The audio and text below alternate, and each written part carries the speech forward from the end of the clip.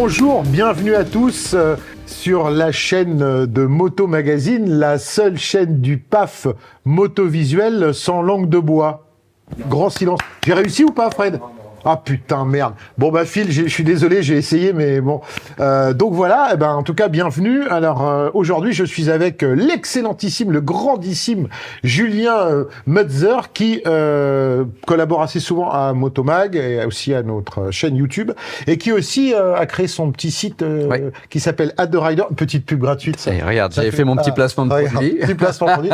Donc voilà, un site spécialisé à deux et tout. Alors c'est un usurpateur parce qu'il a plus le permis à deux maintenant. Non, il a le permis gros cube, donc ça doit jouer l'embrouille. Bon, mon petit Julien, oui. Si tu es là aujourd'hui, c'est parce que tu es allé faire pour nous une machine lookée.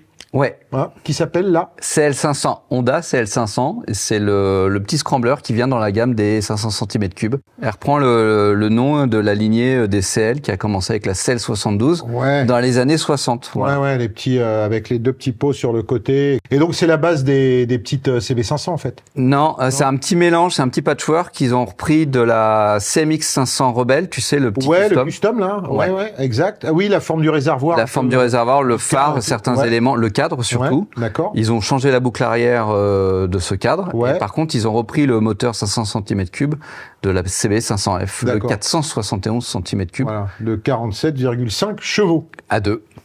Bah, tu peux remonter. À deux Rider. Rider. Voilà, c'est gratuit en plus. C'est gratuit le site, vous pouvez y aller. Donc voilà, c'était où ? C'était à Séville, en Espagne, parce que la vie est dure quand tu es journaliste moto. Ouais, j'en sais quelque chose. Et c'est bon, t'as ramené des doggy bags. J'ai fait mes stocks. Toujours ça de prix. Est-ce que je pique tout dans la chambre. Ouais. Alors la télé, c'est pas un cadeau presse, faut la laisser. Ah bon, vous êtes sûr. Le mec embarque le plasma. Ah, c'est pas le cadeau, pardon. Non, c'est fini cette époque, je vous rassure tout le monde. Aujourd'hui, on a des tours de cou en polyester. Oui, d'une élégance redoutable. Et au mieux, t'as un stylo et un calepin. Voilà. Mais c'est normal. Comme ça, au moins, on ne sera pas taxé. On ne pourra pas dire. Voilà, quand nous mangeons dans la gamme. T'as fait combien de bornes ? On a dû faire 250 bornes dans la journée. En fait, on a fait un petit peu de ville l'après-midi, en fin de journée. Et avant, on a quand même roulé dans l'arrière-pays andalou. Ouais. C'est très joli. Oui. Ça tournicotait très bien. Les routes étaient impeccablement surfacées, lissées, avec du grip. Et on a été agréablement surpris parce que on s'attendait à un truc un peu mou qui allait bouger dans tous les sens. Mais avant ça, t'étais bien dessus ? Parce que moi, j'ai vu les photos, bon, tu mesures quoi, 1m82. D'accord. C'est marrant, j'aurais dit 1m72, 70, moi. Oui. Vous faites quelle taille ? 1m89. Ah bah, non, mais t'étais bien dessus. Ergonomie, alors ergonomie bien, le guidon. Pas les pieds trop, c'est pas un peu custom, parce que moi je me méfie, des fois c'est un peu mid custom, comme ils disent, t'as les pieds un peu en avant, En fait, non, ils n'ont pas fait ça. T'as presque plutôt la position de conduite de la CB500F, le Roadster. Ouais.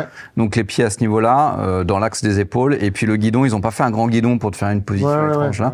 Ils sont restés raisonnables et ça te permet d'avoir une maniabilité. C'est confort. T'as une position de Roadster basique. Ouais. T'as pas une position de custom. Non. Bon, mais ça c'est important à préciser parce que quand tu la vois, ça fait un peu. T'as l'impression que c'est un patchwork, quoi. Ouais, c'est ça, mais pas du tout. Alors, ils ont réussi à faire une moto assez originale, finalement. Donc, en ville, c'est une Honda, quoi. En ville, c'est une Honda, donc c'est facile, ça braque, c'est souple, tu peux te rater sur les rapports. Aucune électronique là-dessus ? Rien. Un ABS. Tu démarres et tu te bats. Tu démarres et tu vas. Et Spo en position haute, il a un joli petit son ou c'est... Oui, ils ont fait un gros travail sur la sonorité. Il y avait l'ingénieur qui s'en est occupé, qui était là. Ils aiment bien, tu sais, venir avec les ingénieurs et te présenter. Oui, je sais bien. Tu vois bien. Ils se ressemblent tous, ils ont tous le même nom. Puis quand tu essaies le matin de retrouver celui qui était le responsable de l'échappement, tu fais « Ah merde, c'était les freins !» Puis ils viennent te voir. Alors, vous avez pensé quoi ? Vous êtes lequel, vous ?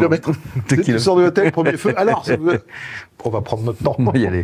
Donc, c'est une bonne petite moto, sympa. Ouais, la sonorité, donc, pour répondre à ta question, sonorité un peu grave, un peu rauque, elle est bien. Et le pot est un peu gros, comme tu peux le voir. Et ils disent que c'est parce que, justement, ils veulent que le son, ça résonne un peu. Ouais. Et c'est bien, ça lui donne de la présence, ça lui donne un petit peu de charisme. D'accord. Mais on est encore sur les bicylindres calés à 180 de la série. On n'est pas sur la nouvelle génération, les calages modernes 270 qui donnent un petit son un peu sympa. Ouais, toujours.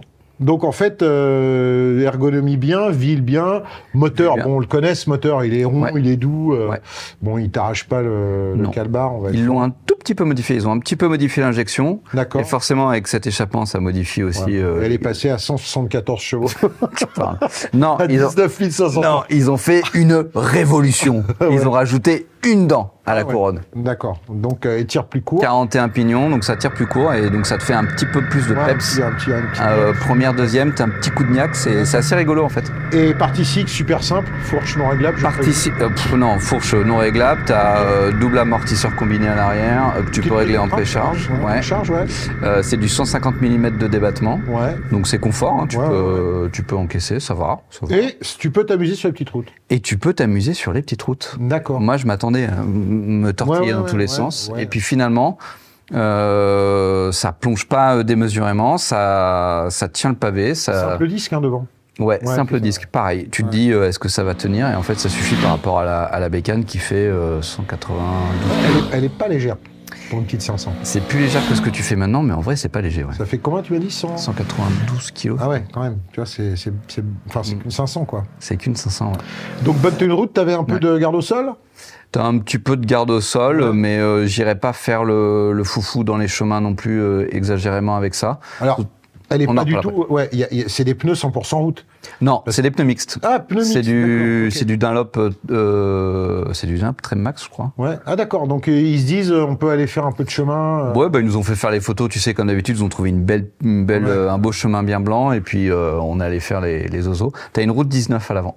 Ouais, c'est sympa pour eux. Et la route 19... donc elle a un petit peu de polyvalence chemin, on va dire. Tranquille. Chemin tranquille. Et en fait, ce qui est bien, c'est la route 19, le débattement. Et le fait qu'elle a un vrai feeling léger. Hein. Quand tu l'as en main, tu as vraiment l'impression que c'est léger, c'est bien équilibré. Et même en tout terrain, tout chemin, tu te dis, c'est sympa et tout. Non, mais c'est l'émotion de... C'est génial. C'est l'aventure. Non, mais c'est Bud Ekins qui fait la bara. C'est génial.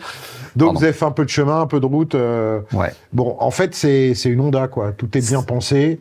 C'est une Honda, c'est très mignon. C'est homogène. On a bien roulé. À un moment, on s'est un petit peu énervé avec l'ouvreur anglais Alex. Ah ouais. Ça s'est bien énervé.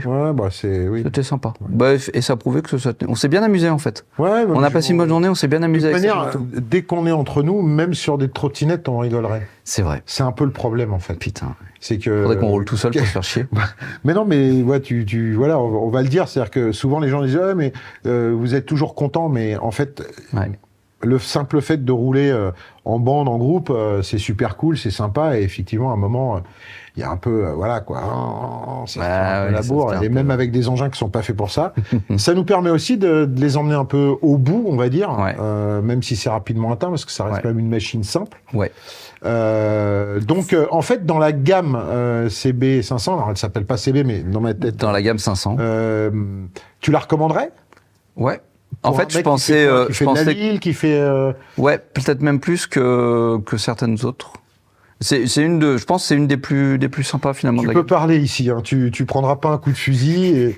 Donc par exemple, je parle sous l'autre cadre. Nous revendiquons le fait de pouvoir dire ce qu'on a envie de dire. Nous revendiquons des Honda parce qu'elles sont vraiment très très bien. Et alors, je parle en toute liberté. Dans la gamme des Honda. Non. Parce que tu dis, je la recommanderais par rapport. En fait, tu te dis qu'est-ce qu'ils vont faire. Alors la question c'est pourquoi ils ont fait un scrambler maintenant? Parce que ça leur a pas coûté cher. Non.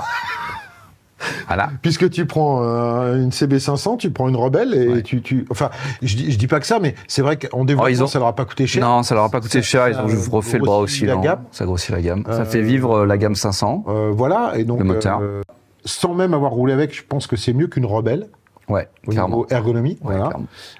Après, effectivement, t'as le look qui est cool, et si en plus c'est un bon truc pour aller bosser, partir un peu en week-end. Alors le duo, ça a pas l'air terrible. Le duo, le problème, c'est qu'avec le moteur, avec ce 47 chevaux et ce moteur-là. Et plus la petite sacoche, plus les machins. Ah oui, tout de suite les petits accessoires qui vont bien. Oui, parce qu'ils là ils sont à fond sur les accessoires. Bah oui, forcément. Ils bossent avec Montesa, c'est les Espagnols. Et ils vendent la casquette qui va sur la ceinture. Ils auraient pu la distribuer, franchement.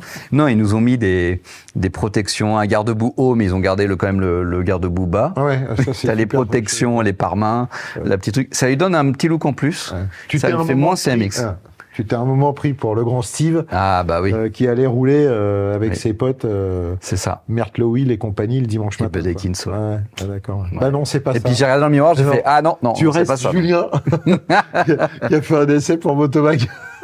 Attention mec, c'est quand même pas mal. Ah, c'est vachement bien. Attends, donc au final, ouais, elle est polyvalente. C'est très mignon. C'est pas que urbain, c'est un petit peu plus polyvalent que ça. Ouais. Entre ça et un CB500X, ouais, c'est ça le problème.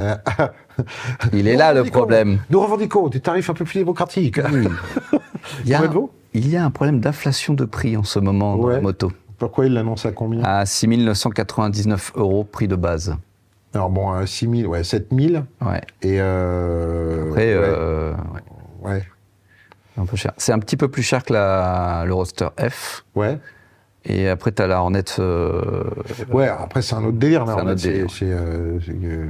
Mais par contre, en fait, ce tarif, si tu regardes par rapport à la concurrence, Royal Enfield, ils ont la Scram 411, c'est moins cher, mais c'est pas le même niveau du tout. Tout le respect que j'ai pour Royal Enfield, hein, je roule avec, mais ça fait même pas 30 chevaux, quoi. Ouais, non, ça, tu sors pas des petites routes. Non, ouais. Donc, en fait, c'est une... Et sinon, au-dessus, t'as la Ducati Scrambler, qui, alors là, à 10 800 et quelques, 11 000, 12 000. Ouais, non, mais ça, c'est... Donc, voilà. Donc, en fait, ils sont là où il y en a pas... Ouais, en fait, c'est pas mal, c'est un petit marché, mais ils sont dessus avec un tarif, 7 000 €, bon. Après, c'est un bon placement. Ouais, c'est pas... Moi, ça me choque pas, ce prix-là. Parce que tu prends l'équivalent, je dirais, tiens, on va prendre l'équivalent si tu prends une Continental GT Royal Enfield. Maintenant, c'est le même prix, ouais.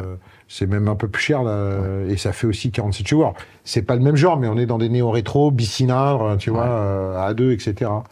Mais bon, écoute, je suis c'est très mignon que tu t'es pris pour Steve McQueen. Oui. Mais tu lui ressembles pas. Nous revendiquons le droit de ressembler à Steve McQueen. Nous revendiquons tous être Steve McQueen. Oui. Et puis voilà, quoi. Écoute, c'est cool. Merci. C'est cool. Non, merci à toi. Non, je t'en prie. Et puis... en vrai, vous êtes magnificent. Et alors, ces pompes, c'est Vans Custom. Ouais, pas mal, en peau de... Magnifique. En peau de... Ouais, on dirait que t'as mis les pieds dans Mobutu, quoi. Monsieur Mobutu. Monseigneur Mobutu. Bon, écoutez, on vous dit à bientôt pour une prochaine petite présentation vidéo. Voilà. Merci, Julien. Merci à toi. Et puis, à bientôt sur les routes, mec. Salut.